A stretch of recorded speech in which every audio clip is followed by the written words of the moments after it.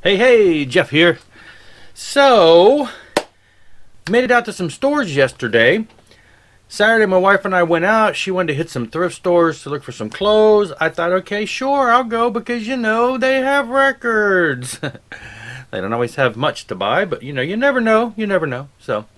But I finally stumbled upon a copy of a record that I finally feel like now I am officially a real member of the VC, because it seems like you have to have a copy of this in order to be legitimate, right? Now, I've seen this around occasionally, but it's always in really, really rough condition. So I found one today, and the records in the store were pretty rough condition, but this looked pretty good on the outside. And then I opened it up, and it was, in the sleeve inside was face up, so it looked like it wouldn't fall out. Open it up, looked really like it hadn't been played very much at all. Got it home, cleaned it up a little bit, found out, aside from just one or two little marks, it's in pristine condition.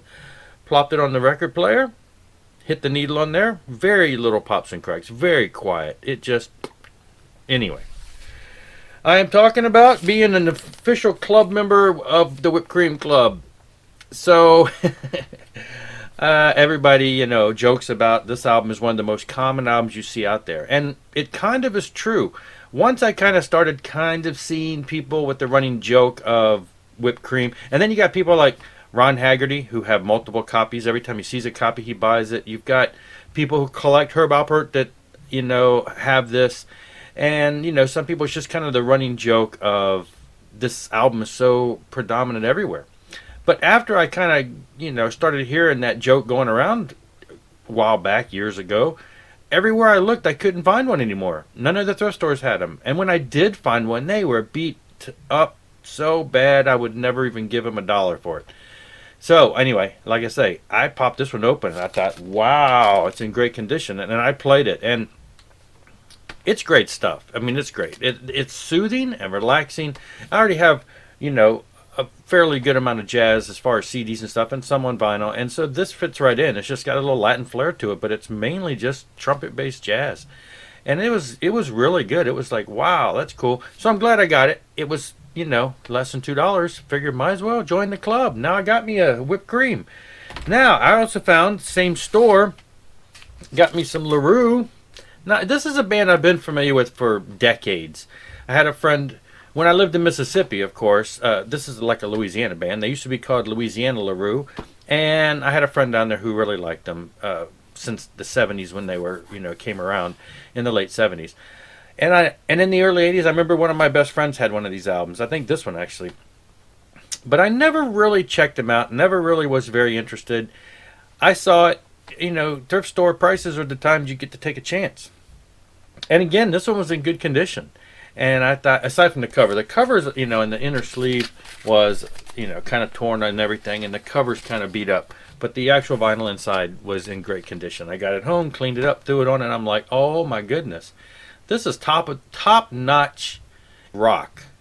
I'm just saying, I don't know why these guys weren't up there with the Styx and the bands of that, in the 80s of that era. They just got the proper use of guitars and piano and keys and the vocals. Anyway, this is just top notch. I don't know if every one of their albums is like this.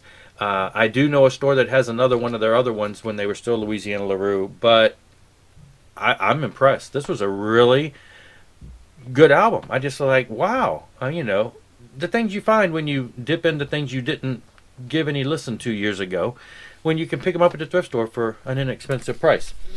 Now, the other things that I got, these are just Christian filler music for me to, and we went to like 3 different stores, and at one store, I got this, DeGarmo and Key DK. It's really I think there's only one other DeGarmo and Key album that I don't have on vinyl. This one, again, it was in great condition, less than $2 at a different store, so I went ahead and grabbed that, just to kind of fill in the gaps. They're a pop Christian act from back in the days. They've been around since the 70s and 80s, and anyway, yeah, I've always kind of enjoyed their music to a degree. So when I started buying vinyl, I was able to pick up a lot of their stuff in one swoop from a guy. He sold me like almost a whole collection. And then since then, I've just been filling in some of the holes. This is one of the later ones when they started going a little bit more rock, a little harder rock than the poppier stuff and the classic rock sounds of the 70s. So I was excited to get that cleaned up real well. It also turns out, whatever, this particular edition is a, see, it's got this red stamp on it. It's special limited edition numbered. So there was a copy, somebody had already made a limited edition version on Discogs, and there's 10,000 copies of this. I don't know what makes it limited, but I got a copy of the limited edition version. And then the other one is just an earlier Carmen album. I enjoyed Carmen in the late 80s, early 90s, and that's all the stuff, actually the 90s, mid 90s, was the stuff that my kids were really into, and I was really digging at that point, and that's the stuff that's not on vinyl. But all of the stuff that he did in the 80s has been, and I've been slowly picking up pieces. This is one of his earlier albums that I honestly have never heard before, because I really didn't get into Carmen until his Champion album, which was a little later in the 80s, and this is a little earlier. So by that point, he was starting to get into the storytelling more, and it was a little bit, edgier in some ways. So I'm interested to check this out. It was a very clean copy. Again, I might as well fill the hole because it was inexpensive, very clean copy. I gave it a quick scrub down. It looks pristine. So, yeah, that was it. So I picked up some stuff at a regular store. I'm going to do that in a different video since it's a different topic. But that is my thrift store find for the day. I think we went to 3 different thrift stores. And those are the things that I was able to pick up. So anyway, thanks a lot for watching, and I'll be back. Rock on.